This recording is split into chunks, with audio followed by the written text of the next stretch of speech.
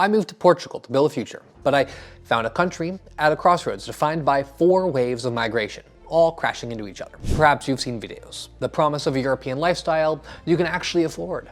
But that's not the real story. Real story is that long before foreigners like me arrived, Portugal's own children were already leaving. This is Portugal's immigration crisis, more than just a flood of Americans, or of Africans, or of people from anywhere else. When you think of Portugal, you picture golden beaches and historic cities. That's what drew me, a young American, to come to Madeira Island, Portugal. That and the safety, and my parents wanting to retire there. But my arrival, and that of thousands like me, wasn't just a lifestyle choice.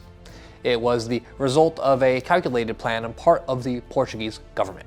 A plan born from financial crisis that had been looming over Portugal for some time now. The government rolled out the red carpet of tax breaks and special visas to save the economy, and a flood of us came. But we were only one wave. At the same time, others were arriving to do the jobs Portuguese workers didn't want, and still others were leaving, forced out by a country that could no longer afford to keep them. So, why Portugal? To understand the siren song that I and so many others heard, you can't start with the sunshine. You have to start back with the crisis. See, in 2011, Portugal was on the brink of a collapse. It received a massive €78 billion bailout from international lenders. And what followed were some not so good years. Tax hikes, frozen wages, and a youth unemployment rate that soared past 35%, scarred a generation. The country was desperate. It needed investment, it needed taxpayers, and it needed economic activity, fast. So out of that desperation, a strategy was born. Portugal aggressively opened itself to the world. It wasn't just a marketing campaign, it was a national survival plan. Policies like non-habitual resident tax regime offered huge tax breaks for skilled professionals and the wealthy. The Golden Visa program promised an EU passport for anyone willing to make a significant investment. And later, the digital nomad visa was created as a formal invitation for remote workers, like me, to bring our foreign salaries and spend them here. These policies worked. They sent a signal to the world that Portugal was open for business. The promise was intoxicating. A first world quality of life at a fraction of the cost, and a sense of safety in a world that seemed to some to only be getting more and more on edge.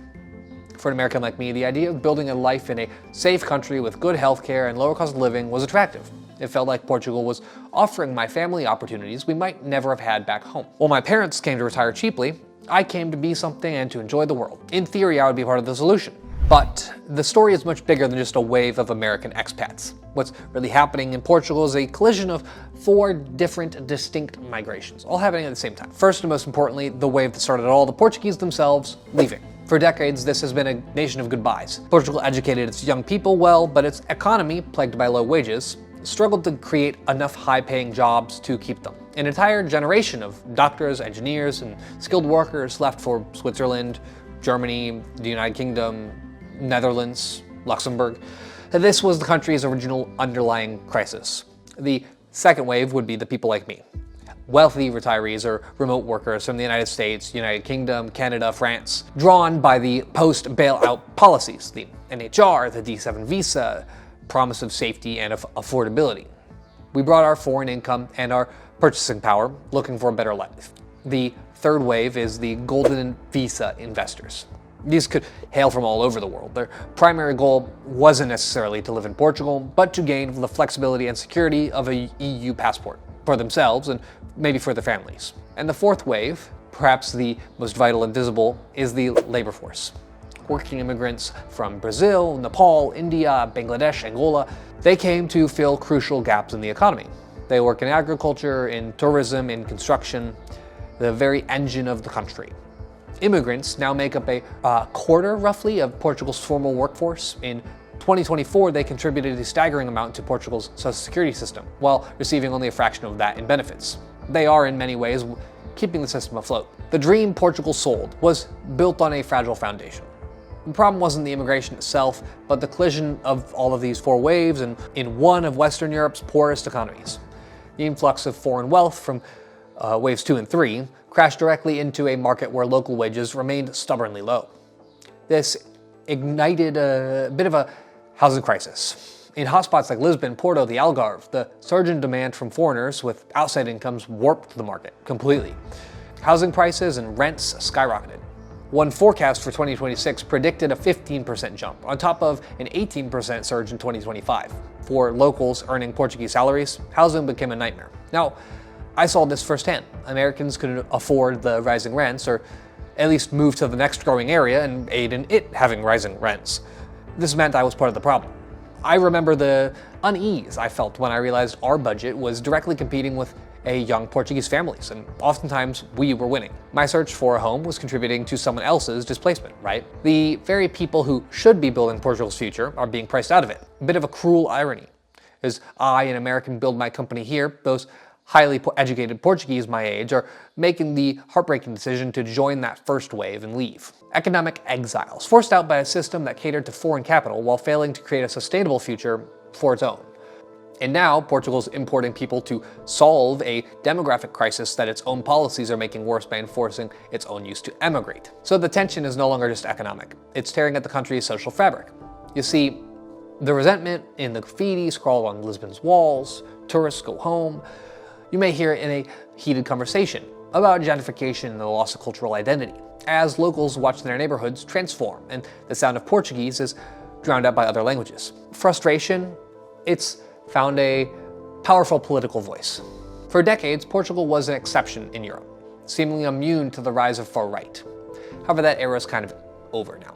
The Chega party, which means enough, has seen a meteoric rise on an anti-immigration and anti-establishment platform. In the 2024 election, Chega quadrupled its seats to 50, becoming the third largest force in parliament with over 18% of the vote. Their success is a direct symptom of the anxiety felt by a large portion of the population that feels left behind. And while as an immigrant entrepreneur, I stand squarely in this divide, right?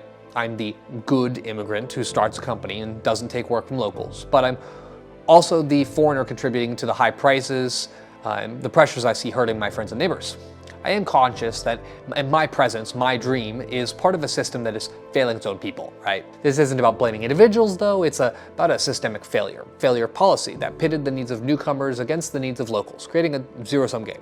Now, the Portuguese government is finally waking up to the crisis it helped create. The open door, sell-it-all approach has hit its breaking point, and we are seeing the first dramatic steps of policy reversal. The era of easy access is ending. The generous NHR tax regime has been scrapped for new residents.